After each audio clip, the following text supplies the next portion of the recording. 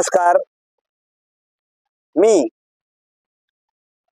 शासकीय यंत्रणेला म्हणजे पोलीस डिपार्टमेंट मधील जे अधिकारी आहेत ते माझ्यासाठी देवच म्हणेन मी, कारण सर्वांनी मला मदत केलेली आहे.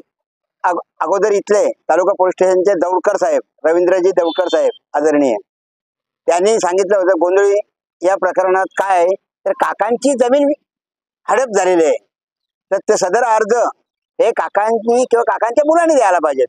आणि ते माझ्यासोबत होते. माझे काका श्री परशुराम सीताराम गोंधळी व माझा भाऊ सुनील परशुराम गोंधळी हे माझ्यासोबत होते अगोदर 1-1.5 वर्ष. त्यांनीच संपूर्ण अर्ज केला, 3 पाने अर्ज 25/9/2021 22 रोजीचा मेट्रो सेंटर 1. आणि सदर जमिनी कॉरिडोर महामार्गात जाणार आहे ना, कारण मी जमीन विक्री किती केली होती 19 गुंठे, पण सामनेवाले यांनी आजारी असल्या कारणाने मी विक्री केली होती 19.35 गुंठे दक्षिणेकडील रजिस्टर वाटणी पत्राने आलेली. पण सामनेवाले यांनी मी आजारातून बराच होणार नाही, हा कुठेतरी मरणार आहे व काकांची जमीन आणि स्वस्त किमतीत कमी दरात विकून हा गेला. मग त्यांनी काय केलं, मी विक्री केलेल्या जमिनीचा बोगस सातबारा, वाढीव सातबारा, जमीन आहे 38.70 गुंठे, पण तिला वाढवलेली आहे. या कामी मला आदरणीय ज्येष्ठ उद्योगपती जय म्हात्रे साहेब यांनी सर्वांसमक्ष फोन केला. जो अगोदरचा सदर जमीन घेणारा सिद्धार्थ नरेंद्र भल्ला याला का मी फोन हे ठेवतो, म्हणजे आवाजावर ठेवतो, ऐकतील सगळे, स्पीकरवर ठेवतो. तर तिथं शेका पक्षाचे कार्यालयात सर्व लोक होते, जे म्हणजे 7-8 लोक होते, त्यांनी ऐकलं ते. एक जमीन 24/8/2000 रोजी 24/8/2020 रोजी माझी जमीन नावावर झाली दक्षिणेकडची. मग परत 24/12/2021 रोजी 1 वर्ष 3 महिन्यात काकांची जमीन नावावर झाली. आणि हे खरेदी खतात मी पैसे घेतलेले आहेत असं त्यांनी करून सरकारी कागदपत्रामध्ये बेकायदेशीर बदल व खोट्या तक्रार केसेस 25/1/2021 रोजीचा खोटा तलाठी रिपोर्ट संजय भानुदास बिक्कड यांनी पाठवलेला तहसीलदार यांना व सिद्धार्थ नरेंद्र भल्ला यांनी आणलेल्या चुकीच्या लेखी पुरुषीचा आधार घेऊन हक्कनोंद केसकात 93/2021 9/12/2021 चा न्याय निर्णय देऊन तहसीलदार साहेब विजय तलेकर यांनी खरेदी खतातले 5 ऑप्शन डावलले आहेत व त्यांनी फक्त एकच मुद्द्याचा विचार केला का मी खरेदी खतात संपूर्ण गटाचे पैसे घेतलेले आहेत. त्याला कोणीतरी सांगलेलं असेल, आमच्या गावातील नतभ्रष्ट माणूस आहे एक, त्यानेच सांगितलेलं असेल का हा मरणार आहे म्हणून.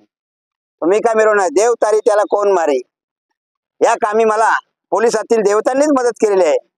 घारगे साहेब, आदरणीय घारगे साहेब, मी तिथे 46 दिवस उपोषण करताना अर्ज घेऊन जायचो. मी एंट्री करतानाच ते मला काय बोलले, गोंधळी या तुम्ही विजयी व्हाल. त्याला सांगितलं साहेब तुमचा शब्द खालीच पडून देणार नाही मी, कारण मी जमीन माझी विक्री केली होती, मला रजिस्टर वाटणी पत्राने आल्याने. काकांची जमीन नावावर करायला नको, हे सगळे षडयंत्राने सगळ्यांनी म्हणून केलेलं आहे. साहेबांना हे म्हणेन मी, घारगे साहेबांना, की जसा सावित्रीने यमदेवाला फसवलं होतं, कारण तिचा सत्यवान सावित्री मरून पडलेला होता, पण तिने मला आजीबरोबर खेळायला 100 पुत्र हवे आहेत असा वर मागितला आणि त्याने तो दिला. तथास्तु म्हटलं. कोण?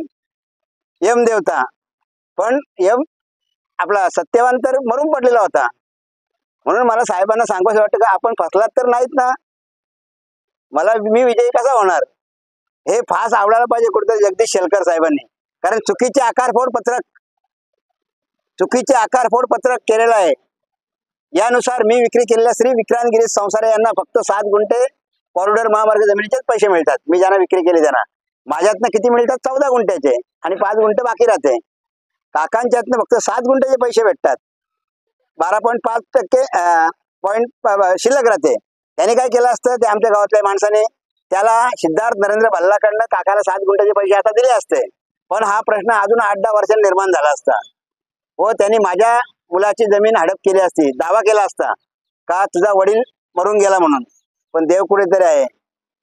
या कामी एक पिक्चर होईल एवढी कथा आहे माझ्याकडं.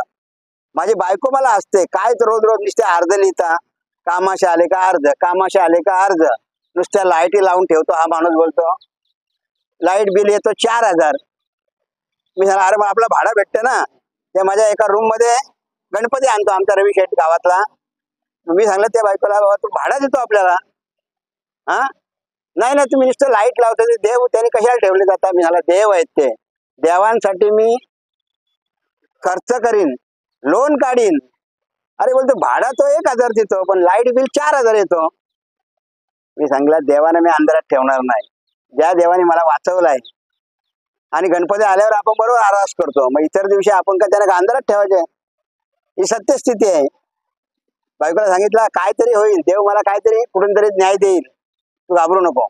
आणि या कामी मला घारगे साहेब, अगोदरचे जिल्हाधिकारी योगेश म्हसे साहेब यांनी मदत केली आहे. आणि 26/10/2000 रोजीचं पत्र कोणाचं, अप्पर जिल्हा दंडाधिकारी यांनी चौकशी लावली होती म्हसे साहेबांनी. माझा भाऊ सुनील परशुराम, कारण त्यांचे अर्ज सगळे होते ना, 1/2/2023 रोजीचा अर्ज सुनील गोंधळीचा. कारण काका मला सह्या द्यायचे, काकांचा मुलगा हे मला सह्या द्यायचे, कारण त्यांना अगोदर फाईल दिली होती मी जवळजवळ 60 पानांची. हे बघा आणि मला सह्या करा, कारण तुमची जमीन हडप झाले आणि कॉरिडॉर महामार्गातली जमीन आहे, त्याच्यामुळे कुठेतरी हे पुढे प्रश्न निर्माण होणार आहे. तर त्यांनी मला दिले. आता आपण वेळोवेळी केलेलं उपोषण असेल, अर्जाद्वारे केलेलं न्याय मागणी असेल, तर आपल्याला न्याय मिळेल अशा कशा प्रकारची अपेक्षा आपल्याला आता वाटत आहे? मला न्याय मिळेल, कारण काय, मला आदरणीय शेलकर साहेब, अनिल पाटील साहेब हे सगळे मदत करत आहेत. तहसील